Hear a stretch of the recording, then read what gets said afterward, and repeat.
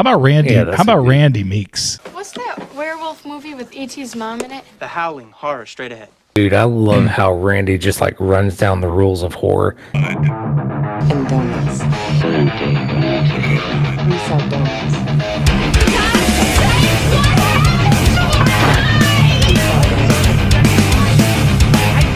Hey everybody, welcome to Blood and Donuts. I am Tony. And I'm Chris. What's up, everybody? Thank you so much for joining. Yeah, thanks for joining. Here at the Blood and Donuts podcast, we will start by sharing an overview, facts, and our first impressions. Then each of us will give our donut rating before we go into a scene-by-scene discussion that is just full of spoilers. But don't worry, we'll let you know before we do that. Chris, why don't you go ahead and tell them how that rating system works? So, Tony, we rate our movies on a 1 through 13 donut scale. A 1 through 4 is terrible, and we are not going to recommend that to you.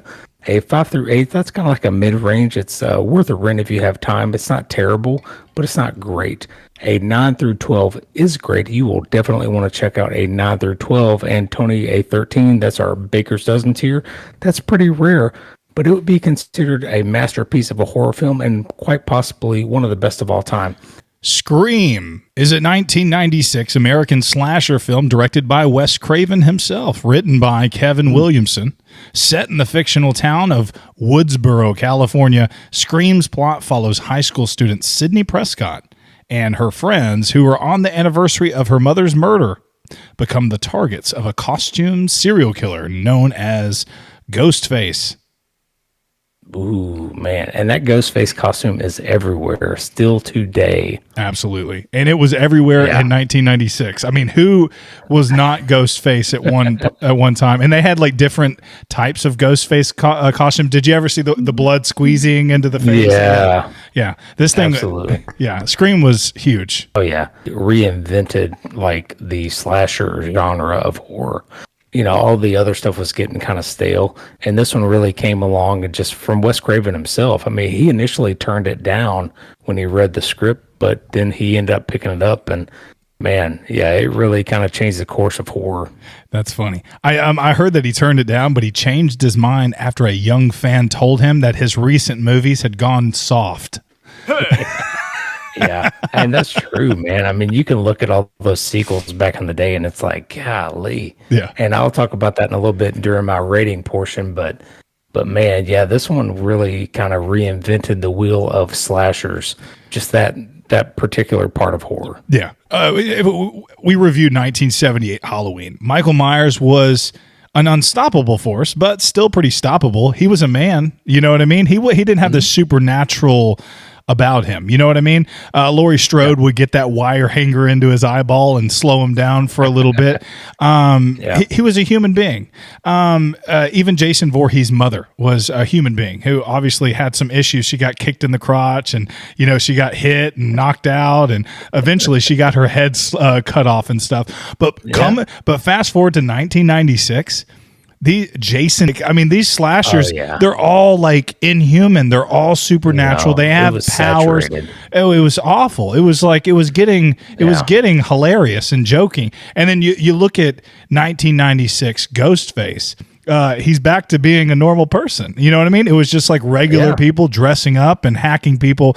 And I remember being a kid and my friend's mom said, no, y'all can't watch Scream. I watched this and this is the scariest movie which is funny to watch it now. Cause you're like, this is the scariest movie I've ever seen. She told me that back in 1996 and I still remember it. And I remember watching it and being like, this is what she was talking about. Because, other than the first 12 minutes of this film, it's kind of like it pays homage to us horror fans. You know, I get that. Yeah. But for the most part, it's kind of slapstick. It's a little funny, you know? Yeah, it's fun, and it pays homage to the old classics. But it's still, I feel like it reinvents the wheel enough to be, I feel like this was just a modern horror at the time. Like, in the 70s and 80s, like our parents were going to see the original Halloween and Friday the 13th and Nightmare on Elm Street. And for us, this was our movie. I feel like this was our generation's, original mascot of horror. Yeah. And it's still a mascot today. I mean, it's right next to the Michael Myers masks in Spirit Halloween. Full disclosure, I was not a huge fan of Scream when I was a kid. I did not. I didn't like how stoppable Ghostface was. It was goofy to me. I didn't like him. You know, he would you can hear him going, "Oh, yeah." He would joke. I mean, like, he was almost clumsy in the way that he would stat. Like, if you just moved out of the way, he would miss you. Like, and you would hear the, you know, like, it was like, to like me, the chick in the garage flipped him like twice. Yeah.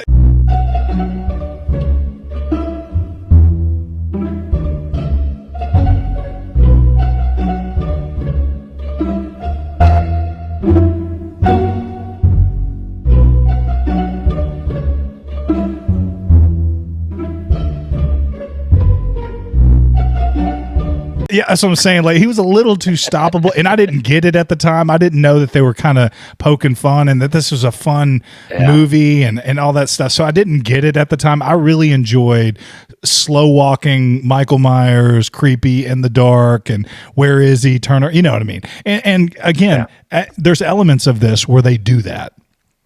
Oh yeah. But, there is. But and the music is really good at parts too. Yeah, where absolutely. It's like she's opening a door or closing a door or Yes. something, and the music just like, ooh, you know, it brought me back to Halloween. At the end of the day, Wes Craven is awesome at really like building tension, all that stuff. I mean, obviously he's a horror icon himself. You know what I mean? And did you see his little cameo in this as the janitor, I was Fred? bring him up. Yeah, Fred the janitor. Not you, Fred. He's just bopping with his striped sweater on. I love it so much. I totally forgot about that. But there's so many cool, like, little, and how about, like, they said, you know, they mentioned Nightmare on Elm Street, and they said, and they all suck except for the first one. Yeah. And he directed the first one. He didn't direct another one until The New Nightmare, I believe it was. And I just think that he said he didn't write that. He didn't write that line, but I don't know. It's still pretty funny. Yeah, it kind of breaks the fourth wall when it's like explaining the rules. There are certain rules that one must abide by in order to successfully survive a horror movie. For instance, number 1, you can never have sex. Big no-no! Big no! I'm a dead man. Even in popcorn, sex Of the classic, you know, slasher movie. Yes. It's like, oh, you've had sex? Oh, you're going to die. Oh, yeah. Oh, you do drugs? You're next. Like, it explains all these rules. You know, she's like, oh, I'm not going to run upstairs. And She then still runs did it. Yeah. upstairs. Like, Yeah. it's so funny. We're used to our horror. We were used to our horror characters being very naive and stupid and not knowing any of the rules. But in this, they kind of say them out loud, like you said. But they still get killed. It doesn't matter. You know what I mean? Like they say, like, oh, you can't. Like, I'm not going to run upstairs while he's. And then she runs upstairs, like you said. Like, I mean, all these horror tropes really coming to life and coming back to haunt them and that way. And it's just hilarious. Yeah, it's fun to watch Ghostface kind of isolate, and you're like, okay, well, she's isolated now. She's gonna die. You got Skeet Ulrich, who played Billy Loomis. I'm guessing, plays homage to obviously Dr. Loomis. He was chosen because he looked just like Johnny Depp, who starred in Wes Craven's Nightmare on Elm Street. And I was thinking that the entire time on this rewatch. I was like, he does look like Johnny Depp, doesn't he? You got Matthew Lillard in this. He's in 13 Ghosts, and he was just in Five Nights at Freddy's. Yeah, so he's a horror icon as well. He was funny in this. Some of his stuff, like, I don't know, I was just like, okay, Yeah. in a Matthew Lillard type of way. I don't know if my kids who didn't grow up with Matthew Lillard would think that was funny. I didn't realize how many times he stuck his tongue out like this, like. But whatever. Yeah. He's we kind of grew up with him. I mean, he's in Scooby Doo. Yeah, he was in a bunch of comedies before this. I mean, he's been kind of all over the place, and like you said, recently in Five Nights. But yeah, I mean, he does a good enough job. I mean, I really enjoy his work. You have WCW champion David Arquette in the building, right? Was he a WCW champion? Why? He was, dude. I'm listening to the book, The Death of WCW, on Audible. Yeah. And it hasn't gotten to his part yet. But yeah, they scripted him to win the championship and stuff. You have Courtney Cox in here. Yeah. I saw that she really fought for this role because she was trying to not be typecasted. I'm going to talk about that in the synopsis. Oh but my goodness, I She screwed it was up. on the critically acclaimed Friends, who everybody loves Friends. Chris hates But yeah, Friends. she wanted to play like a bitch reporter. She wanted to like just be a polar opposite of her character in Friends. And then you have Drew Barrymore, who sticks around for the entire film. That's hilarious. People, if you haven't watched Scream yet, I don't know where you've been, but she's on the poster. You got Drew Barrymore, and in 1996, She's like in the front. Yeah, in 1996, possibly the biggest name attached to this film, Henry Winkler, who is the Fonz, actually went uncredited because he wanted the kids to have the top billing on this, and Drew Barrymore's there in the front. So you could imagine the shock when Drew Barrymore dies in the first 12 minutes of this film, and in my opinion, that's the best 12 minutes of this film. Oh yeah, no, it's one of the best openers in horror. I mean, it's up there with The Ring for me. Yeah.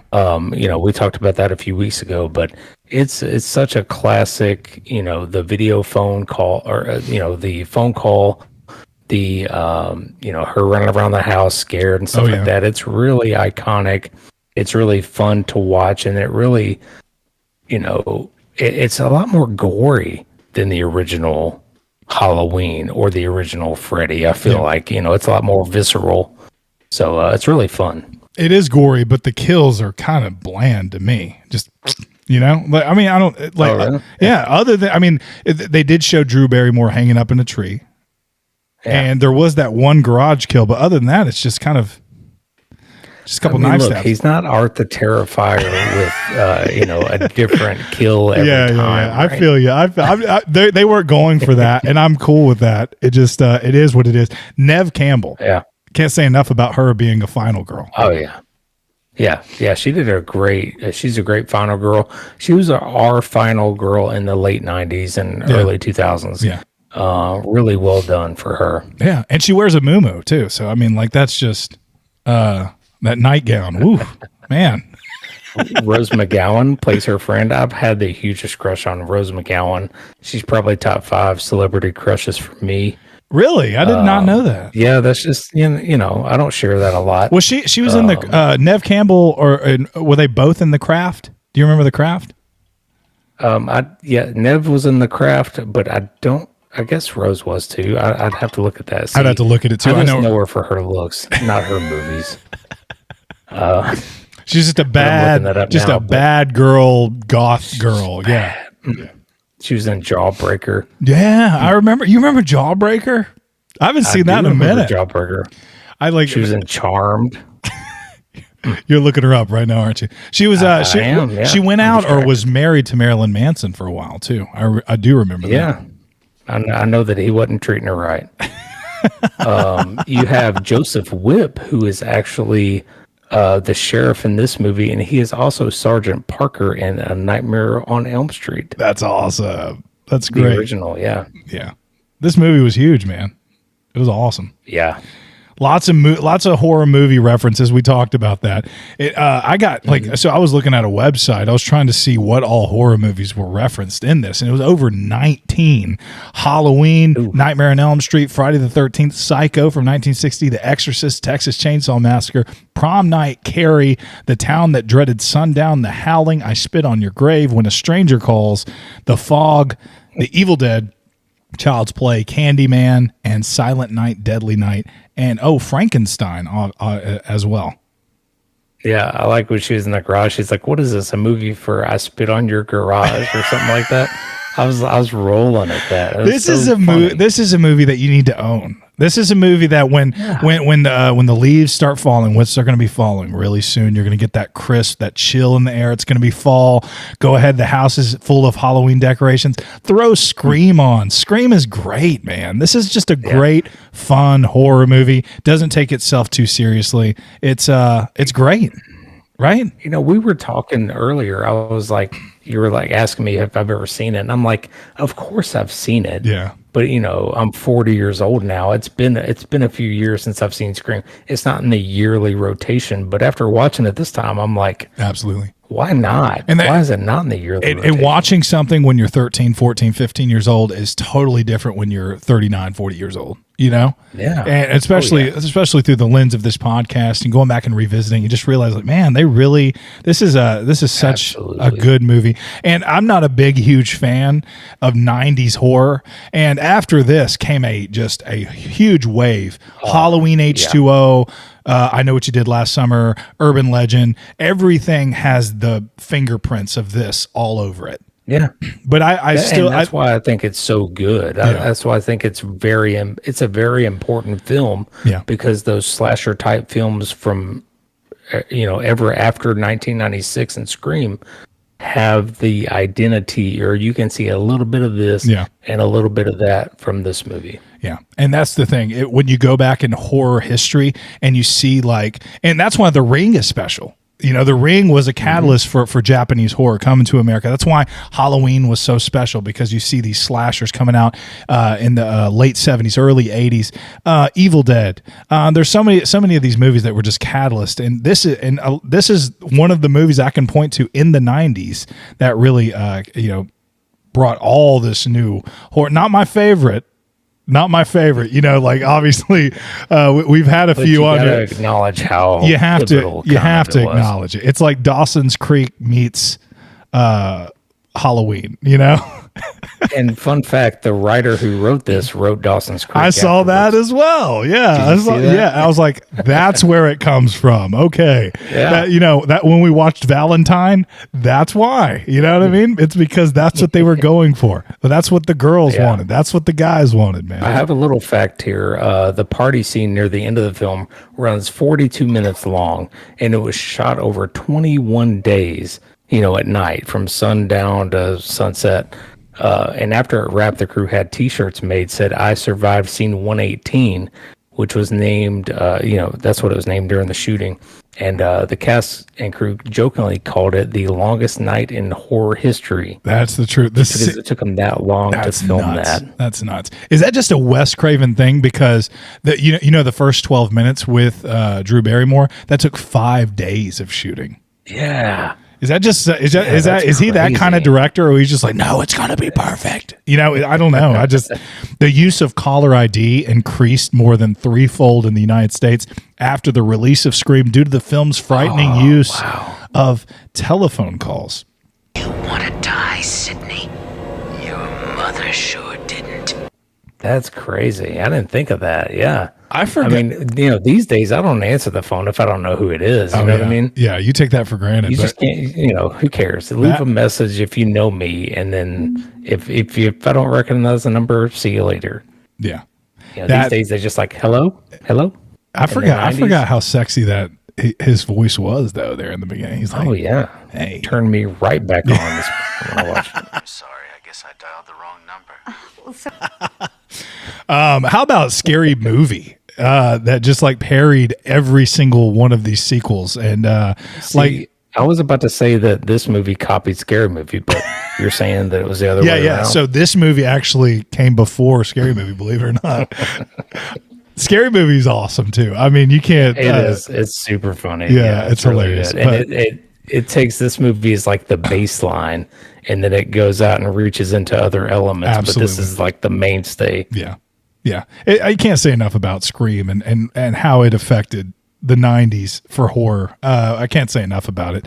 But I'm going to stop there. I could probably say about 100 more facts, and this podcast could run for about 2 hours, but I'm going to stop right there. If you want to go ahead and get into your rating. I guess we better do our jobs and rate this thing. Let's do it. This film for me was pivotal in the revival of the slasher genre. It had grown stale, by its predecessors, such as Halloween 5 and 6, Nightmare on Elm Street 5, and Friday the 13th Part 8 was out. Even crossovers like Jason Goes to Hell, Freddy's Dead, all of those movies were released before this one. Scream introduced a new spin on slashers with tidbits of postmodern humor, loads of visceral horror, and a great whodunit story, all while paying homage to the classics, with a great cast and pacing, incredible music and twists. this movie is a hitching post to the late 90s and beyond for slasher horror. I have to give Scream a 13 out of 13, whose formula would be used for years to come. Chris, that's nuts, man. Yeah, That's crazy. 13 out of 13. All right. There it is, man. Hey, very nicely written, too. I have to say, that was a very Thank you. nice rating there that you did. All right. Here goes mine. Mine's probably going to repeat some of the things that you said. Scream revitalizes the horror genre with sharp wit, self-aware dialogue, and genuine scares. My Tennessee was showing there. Genuine scares. A clever mix of humor and horror. It's a modern classic that redefines slasher films. I believe Neve Campbell is a superb final girl. She starts this movie so vulnerable, but ends so strong and so badass. She's one of the best to do it, in my opinion. The first 12 minutes of Scream is one of the best openings in horror. The pacing is almost perfect. This movie's 2 hours, but it doesn't feel like 2 hours. Although Scream has never been my personal favorite horror franchise, it's hard for me to deny how well put together this film is. The acting, the homage to horror movies and fans, the jokes. Neve Campbell, Ghostface, is such a horror icon. In my opinion, the things that take away from this film are just the very bland kills and somewhat goofiness at times, but still iconic, still one of the best slashers of the 90s. I give Scream a 13 out of 13 as well, Christopher. There we go. Yeah. Another perfect score, man. Well done. Wow. Oh, my gosh. Good job, Scream. I was like, man, no nudity. But then, like, really, Neve did, like, flash the dude. So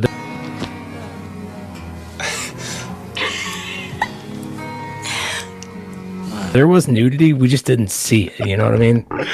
It was like there. imaginary nudity there. Okay. Yeah, absolutely. That's hilarious. You know my critiques. Yeah, and I my know. rules. Chris says that a perfect horror movie cannot happen unless there's nudity in it. And yeah, there again, was. We just didn't see it. oh my goodness, I could not great find job, this man. one. Yeah, great job. Scream. Go watch Scream. If you haven't seen it, where have you been? Oh my goodness.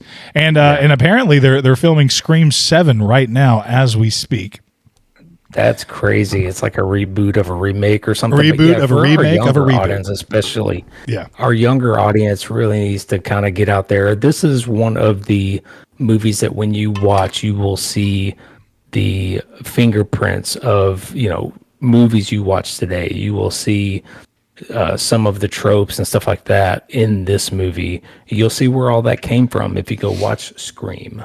Absolutely. Well, and Chris and I opinion, we think this is a perfect horror film that for a perfect time, and it obviously has the fingerprints, as we have been saying, of many of the 90s horror films that came out thereafter.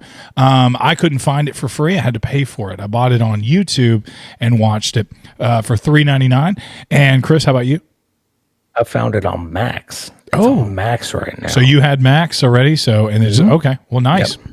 If you haven't seen it, there right now. we were about to talk, do a scene by scene discussion full of spoilers. So I urge you to go watch the film if you haven't beforehand, because it is great and there are some spoilers that could ruin it. Why don't you say? How about we just go ahead and spoil this thing? Let's spoil this thing, Tony.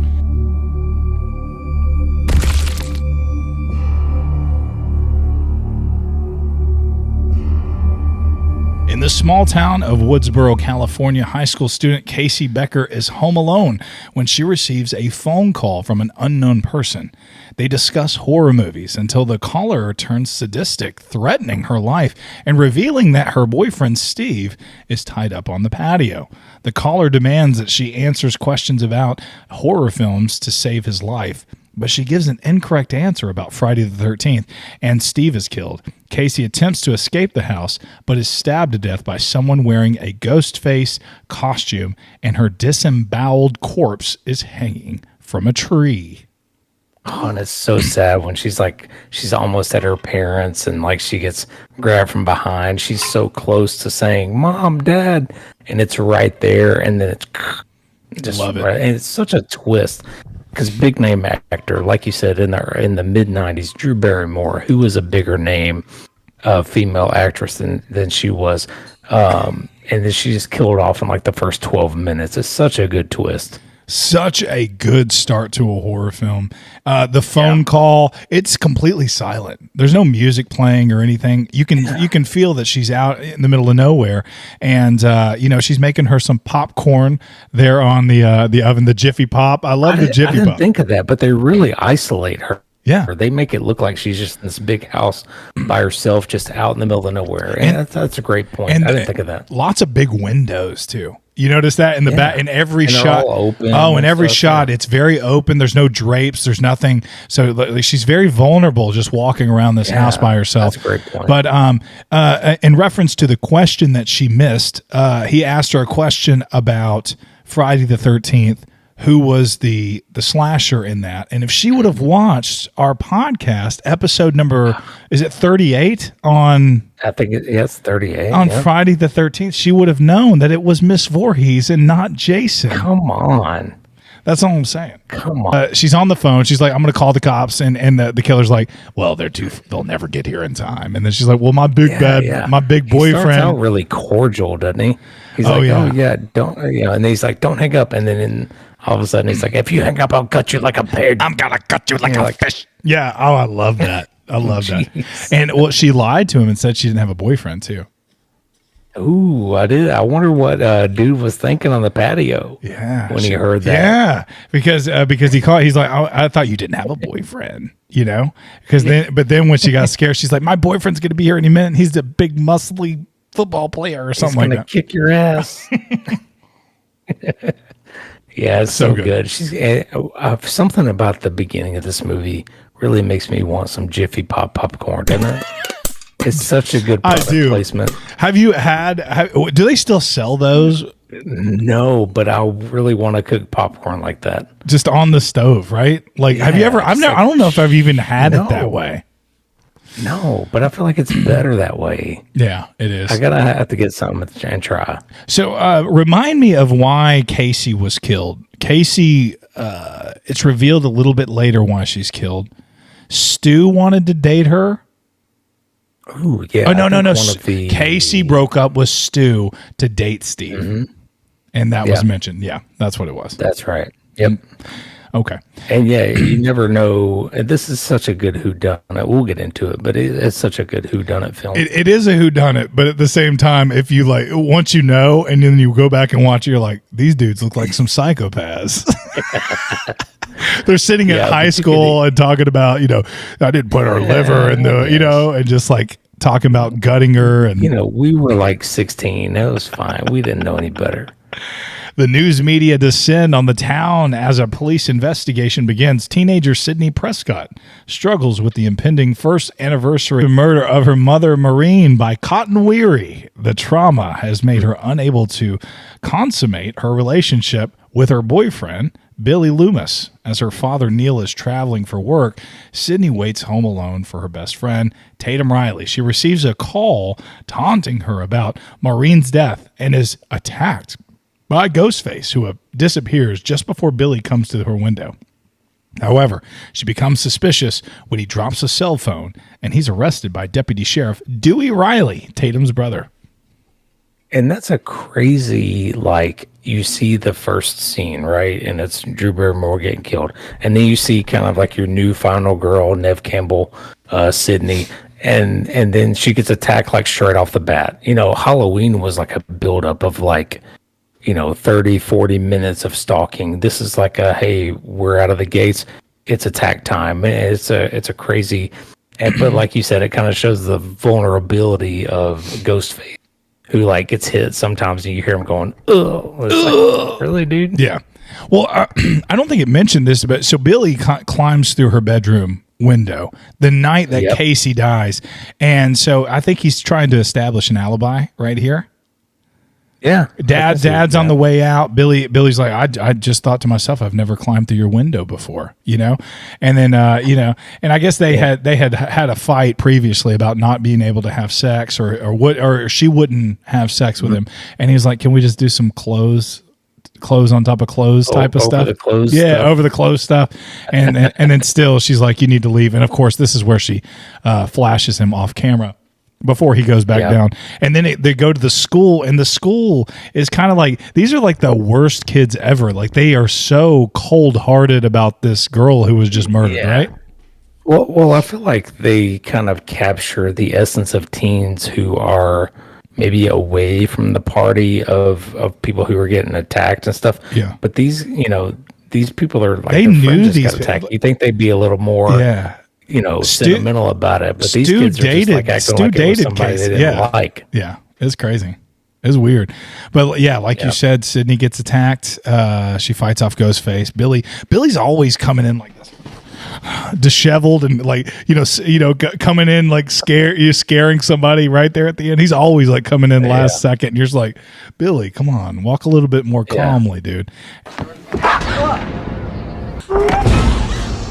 And he drops that cell phone.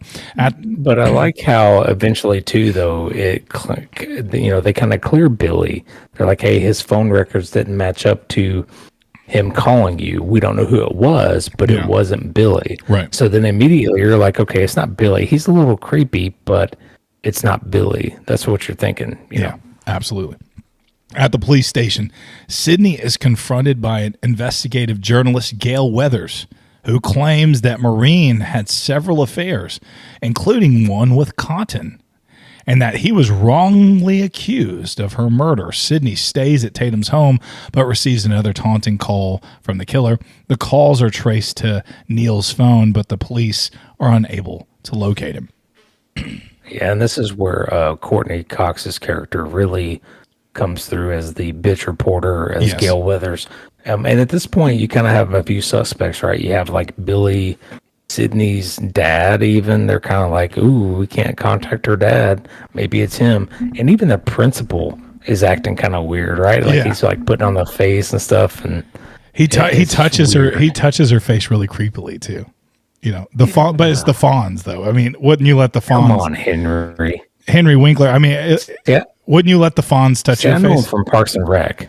Yeah. Well, you also know him from The Waterboy. He's the coach from The Waterboy as well. Oh yeah, I love The Waterboy. Yeah, you're right. You're not a fan, Chris? No comment. Dang.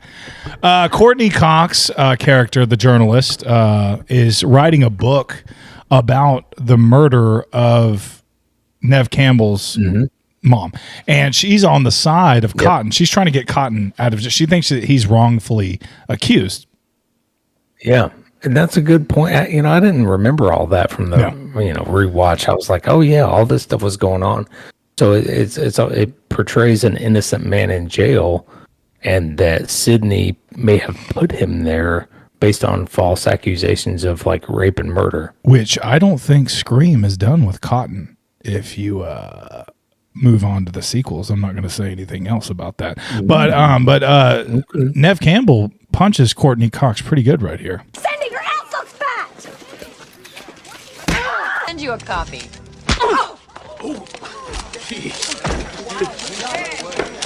As well.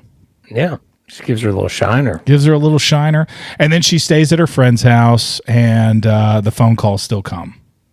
So it turns out we got the wrong guy. Her house. Yeah, and she's like wants her friend to come over, and then the phone call starts, and it's like she even calls a bluff, dude. She's like, oh well, I'm gonna go out on the front porch. No, the killer says I'm on the front porch. She's like, I'm gonna call your bluff, and walks out there, and you're like, holy crap, Nev, what are you doing? Yeah, she's awesome there. But at that point, you're like, oh, so Billy's not it. It couldn't be Billy because Billy's at the police station. Absolutely. Yep. After his release, Billy encounters Syndney at school and further upsets her by comparing his absent mother to Maureen's death. After suspending school in the wake of the murders, principal is stabbed to death in his office. To celebrate the closure, Stu Matcher, I just know him as Stu, I don't know his last name, Tatum's boyfriend, hosts a party at his secluded house. Dewey and Gale keep watch on the party in case the killer strikes again. As fellow high schooler Randy Meeks details the rules of surviving a horror film, Tatum is isolated in the garage by Ghostface, who crushes her with the garage door. How about Randy? Randy Meeks? What's that werewolf movie with E.T.'s mom in it? The Howling, horror, straight ahead. Dude, I love how Randy just like runs down the rules of horror. It really breaks that fourth wall of, where they're like almost talking to the fan. Yeah. It's like, the traditional movie, and it had grown stale by this time. Yeah. And they were telling you all of the stale elements, like chick runs upstairs screaming when she should be just running outside or something, Randy Meeks it really breaks the traditional conventional horror by telling you about all of those tropes, as you would call it. I love how the Halloween music is, they're watching Halloween and it like syncs up later in the night. Yeah. Like it's so creepy when they're stalking around the house. It's got that music going. I'm like, man, that's so good. It's so good. And he doesn't care that everybody leaves. He's still laying there watching Halloween and just getting so And pumped he's seen about it like it. 100 times. Oh yeah, he's seen it 1,000 times. Randy Meeks is all of us. He's like, again, even when I was watching Megan with my family, I was like, wait, she's not done yet. She's a robot. Randy. She's got to come crawling out with her legs gone, or like that's that any robot doll movie has to happen like that. So it's fun. You were Randy Meeks. I love Randy Meeks. And then so that we got a pretty cool kill. That this is the one different kill. You got your girl dying through the doggy door in the garage, and then it goes up. Yeah. Are you a fan? Hey, she threw some beer at him too, though. She She kind did. of throwing stuff. Like if you walked in the party, I was waiting on somebody to go, man, it smells like beer over here. Like, what is that smell? Ghostface takes some hits. I mean, let's just go ahead and say, he does. She flips him like twice, dude. She like just throws him over the leg, like hits him with a freezer door. Oh yeah, like slapstick. Oh yeah. Like, how many cartoonish. times does Ghostface get kicked in the nuts? Too many to count, right? That's just like I need to make just a video of just like Ghostface of all the sequels getting kicked in the nuts. Ghostface nut shots. That's hilarious. Anyway, so the principal, he gets stabbed to death, and apparently he gets hung up on the goalpost at the school too. And that's what they don't show that. They don't show it, but everybody at the party clears out. They're going and heading to that. Yeah, they are. And it's so fun. You got Officer Dewey is walking around with Courtney Cox's character. And they're just walking around like he's like, hey, you can see their little relationship here on the side, which is probably again like just one of those things you're just like, what is this, Yeah, you kind of wonder if like she was just using him or if she was really interested. It seemed like you found out in the sequels that she was interested. Maybe it seemed maybe like, even in real life. Yeah, they get married. In real life, but like when they jump off into the woods and they find her dad's car, they fall on top of each other, start kissing, and like that seemed real. That was real. That happens. Yeah, I mean, me and Jessica did. That's how we met. Did y'all? Y'all we were walking. A car almost hit us. We rolled on top of each other and then started kissing. And she'll back that up. Ask her next time you see her. Oh, that's so fun. Do you like? Here's a little critique of this movie, and so you got Neve Campbell she's at school, right, and she's having a bad time. Everybody's like, he heard and then she walks into a random bathroom at this school. It's a pretty big school, so there's probably lots of bathrooms. But anyway, she walks into this one, and she hears girls talking about her mother and how her mother's a whore. But how did Ghostface know to be in this particular bathroom? That's a good question. I didn't think of that, man. And I saw... Maybe he always knew it was right by her English class. I saw where the writer, Williamson, did not like this scene. And Wes Craven was Wes Craven's like, you're gonna want that cowboy. You're gonna want that scene on there. You know what I mean? you're gonna want that scene. You know what I mean? You gotta have it, and then she dupes him again. Like she slides underneath him. If anything, like him just being at school in the toilet, and he puts his little boots down. Yeah. He's in just a random stall, and just like, oh man. Yeah, he doesn't think like that random chick's gonna come in there and look through the cracks and see him there. Whatever is what he's it like. is. Go to the next one. Yeah, but again, like this is horror, so you have to suspend some disbelief. You know what I mean? Just a little bit. Yeah. After discovering that the principal was murdered, all the partygoers, they leave to see his hanging body. Wouldn't you? Wouldn't you want to go see your principal's hanging? What? Yeah. Why not? Nearly running over It's not going to be roped off or anything. No. You can get right up to it and look at him. They haven't taken it down yet. Let's hurry. Nearly running over Dewey and Gale, they inadvertently leading them to Neil's hidden car, Nev Campbell's dad. All right. Yeah. Mm-hmm. So there's his car. Billy arrives at the house to reconcile with Sidney, and they finally have sex. Finally seals the deal. It's about time, Billy. He takes her, like she's just done with it. Like what makes her do that? Like he's attracted to like a creepy greaser kid. I don't know. His hair's super oily in that. But but he has that. He's that like that perfect that hair that just like comes down. That very 90s. It comes down. Yeah, that very 90s. Like Anyway, it's always wet somehow. She's just tired. She's tired of like her mom's murder holding her back. You know what I mean? She's just like, what am I doing? I got to move on. Stop being Nev. Yeah. Anyway, afterward, they're suddenly attacked by Ghostface. Billy is stabbed. Sidney evades Ghostface, who kills Gale's cameraman, Kenny, and stabs Dewey when he returns. Gale, attempting to flee in her van, crashes and is knocked unconscious. Sidney, seeking refuge inside the house, locking Stu and Randy outside as they accuse each other of being the killer. A ton to unpack there. First of all, Gale was dead. Definitely. But then she comes back. But no, after Billy is stabbed, I'm really like, okay, he is not it. Because it really, it lets you, it's a whodunit story, but Billy is still like the prime suspect. He's still suspect number one. But then after he's stabbed, you're like, holy crap, okay, who is it really? He's just out of the question at this point. And that's what makes it so fun. Yeah. So this is like just Ghostface running around this party. A lot, like you said, a lot happening. Cameraman, he's getting stabbed. Nev Campbell's running everywhere, getting inside the van, getting outside the van. Same thing with Courtney Cox. Just a lot going on, and of course Billy getting little stabbed. Bits of body reveal, where the body swings down and scares the victim. She's trying to back up the van, and then the cameraman hits the windshield. You're like, okay. And then she goes, get off the top of my. She's like the windshield wipers with the blood and all that. She's like, I love you, but get out of here. Actually, he was still alive, but she actually put that final nail in the coffin. She doesn't know that, but dude, I saw that on the facts. That is crazy.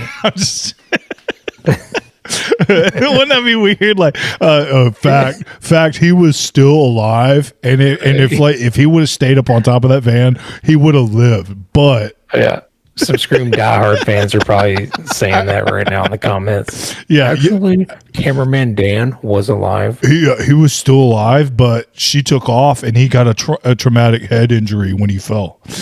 A seemingly wounded Billy returns and allows Randy inside before shooting him in the shoulder, revealing himself as the killer, and Stu as his accomplice.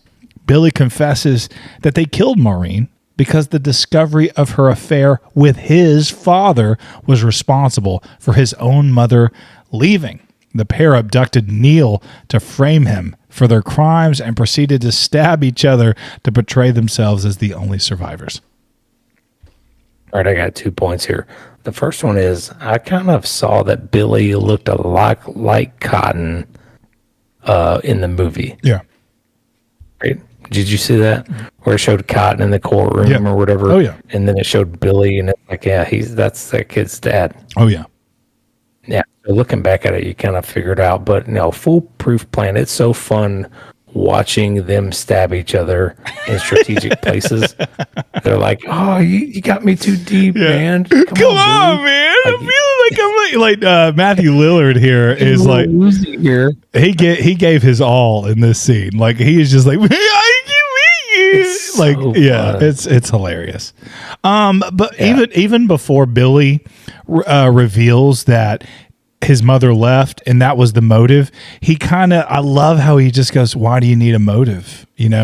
Some horror, there's no motive in Psycho. When Norman Bates was killing all those folks, you don't get no motive really in the first Halloween or anything like that. That's even scarier. Yeah. And then you have Matthew Lillard over there, Stu, who really didn't have a motive other than he was just kind of brainwashed by his friend to come along. He's just an idiot. Yeah. Yeah. No, it's a great point. It's a good point in this. And it really it makes you think about all those other old movies where it's like, man, there really was no motive in Halloween. Yeah. There was no motive in, Psycho. Yeah. So it's a great throwback and a great call out to sometimes horror doesn't need a point. Yeah. This is Scream is exactly what we do. It puts a magnifying glass on horror films, kind of breaks it down scene by scene, the tropes, the final girls and all that stuff. This kind of did this. This is a movie of what we kind of do as a podcast. And no, that's a good point. Yeah. Neil, the dad comes out. We don't get to see a lot or what happens to him afterwards.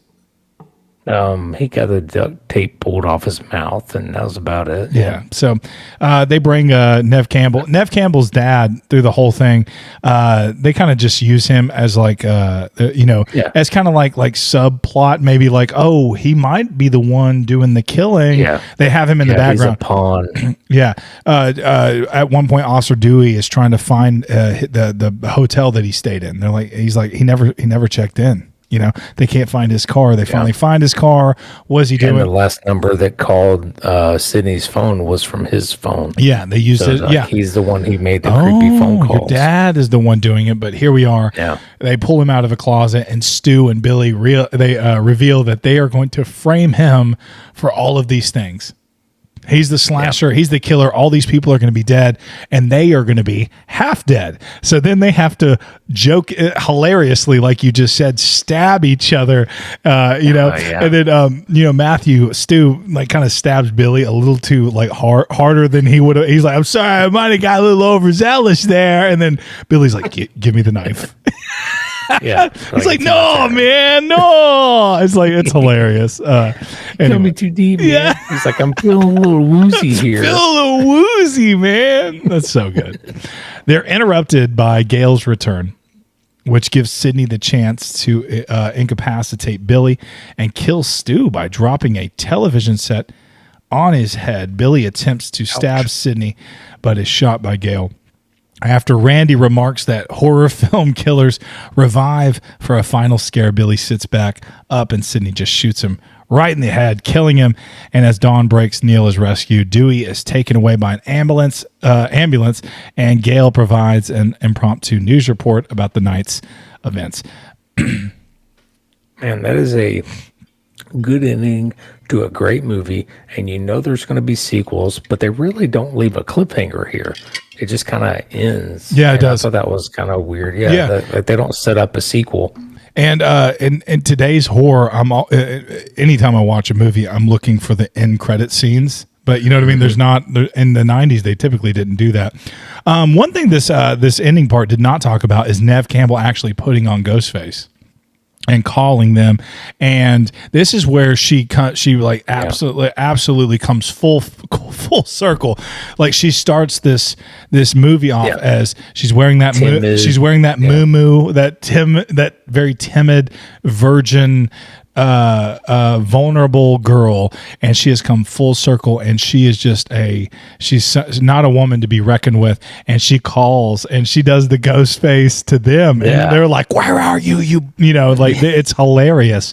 And and she kind of it's hilarious and good. It's really good. You finally feel like she's getting tortured by her boyfriend who just wanted to sleep with her, it seems like. So and then one of his friends, and then it just the retribution, like full circle. Yeah, retribution, revenge. Oh, love retribution.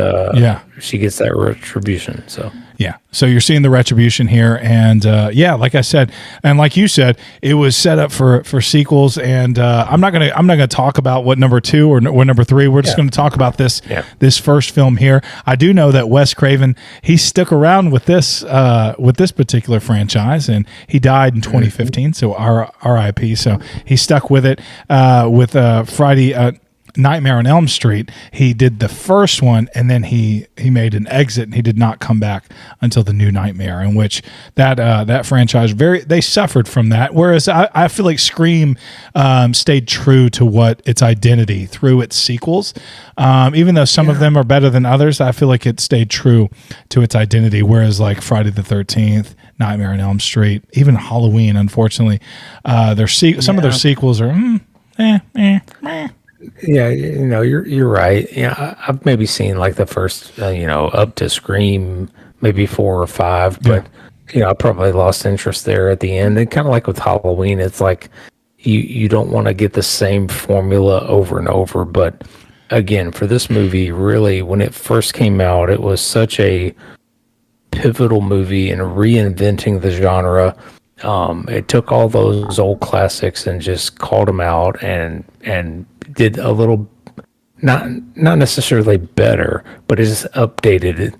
You know what I mean? It updated the genre for the time, for the 90s. And so that's why, I got a perfect score from us. Absolutely. So, Chris, we're podcasts, Blood and Donuts. I'm so excited that we're coming up on 1 year of doing a podcast. This is we just put out our 40th episode, which is ridiculous. Yeah, it's crazy to even think of. If you're following along on Spotify. That's right. We have some bonus episodes. So yeah, 40. I wish we would have just numbered those. You know what I mean? I like looking back. I wish we would have just numbered them and threw them out there. We just didn't have video because you screwed something up. I screwed something up, but we could have just skipped a number on that. So, but anyway. Yeah. But no, and thanks real quick. Thanks for all the followers and stuff. When we're going to go back to a weekly schedule pretty soon here, probably in September, we're going to go back to our weekly releases, and we have some great stuff coming up. We have Alien. We're going to probably like live stream Terrifier 2. We're going to do like a sequel September where we do a lot of big name sequels like Halloween 2, Nightmare on Elm Street 2. So stay tuned. We're really looking forward to the podcast, and we appreciate all y'all's support. Absolutely. Thanks for supporting. And again, looking forward to that Terrifier. We're going to watch that live and react to that and put a video out for our 1 year anniversary episode. And we look forward to putting that out. Thanks for listening, guys. Yeah. Thanks, everybody.